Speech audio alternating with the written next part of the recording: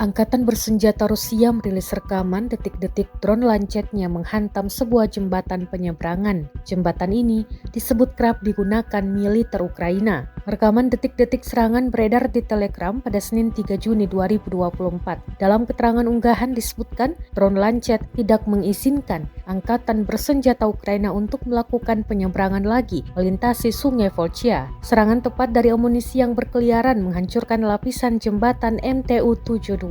Hal ini juga diklaim sukses mencegah militer Ukraina membangun logistik untuk sisa-sisa kelompoknya di utara dan tengah Volchansk. Di lain sisi, anggota Parlemen Amerika Serikat pada April 2024 kemarin telah meloloskan kesepakatan bantuan militer senilai 61 miliar dolar yang telah lama ditunda untuk Kiev setelah berbulan-bulan perselisihan di Kongres. Sejak itu, Presiden Joe Biden telah memerintahkan 5 tahap bantuan militer untuk dikirim ke Ukraina.